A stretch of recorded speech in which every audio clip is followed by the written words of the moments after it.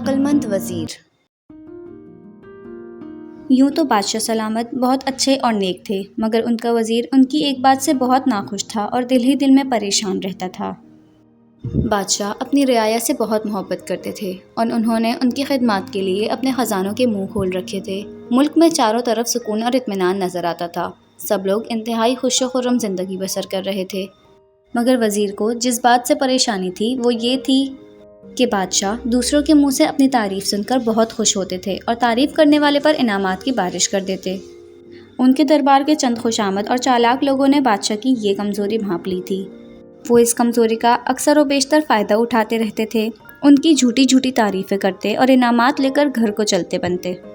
بادشاہ جب دربار میں تشریف لاتے اور لوگوں کے مسئلے مسائل سنتے تو ان کی کوشش یہ ہوتی تھی کہ جلد سے جلد ان معاملات کو نمٹا دیں تاکہ اس کے بعد شعر و شاعری اور قصیدہ گوئی کا دور چلے اور درباری ان کی تعریفوں کا پل باندھیں۔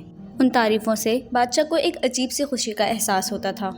بادشاہ کی شان میں قصیدے پڑھنے والے نیک نیتی سے بادشاہ کی تعریف نہیں کرتے تھے، ان کا مقصد تو محض قیمتی انعاموں کا حصول ہی ہوتا تھا۔ وفادار وزیر نے ایک روز اپنی یہ پریشانی ملکہ کے سامنے رکھی۔ ملکہ خود بادشاہ کی اس بات سے تنگ تھی۔ وہ سوچتی تھی کہ جھوٹی تعریفوں پر اگر وہ اسی طرح ہیرے جواہرات لٹاتے رہے تو ایک روز سارا خزانہ خالی ہو جائے گا۔ ملکہ نے وزیر سے کہا، اس سلسلے میں تو مجھے آپ پر ہی بھروسہ ہے، آپ بادشاہ کے وفادار ساتھیوں میں سے ہیں، آپ کی عقل مندی کا کوئی ثانی نہیں ہے، مجھے امید ہے آپ ضرور کوئی نہ کوئی حل نکالنے میں کامیاب ہو جائیں گے۔ جس پر وزیر نے اس سے کہا، ملکہ عالیہ، میں اپنی پوری کوشش کروں گا کہ اس مسئلے کا کوئی حل نکل آئے۔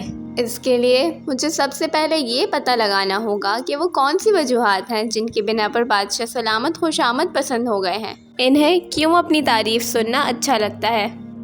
یہ دونوں ابھی باتیں کر ہی رہے تھے کہ اتنے میں بادشاہ کی ماں اس کمرے میں داخل ہوئیں۔ ملکہ نے جیسے ہی بادشاہ کی ماں کو اندر آتے دیکھا تو انہیں اپنے ساتھ بٹھا کر بادشاہ کی خود پسندی کی وجہ پوچھی۔ ملکہ کی بات سن کر بادشاہ کی ماں نے ایک گہری سانس لی اور بولی،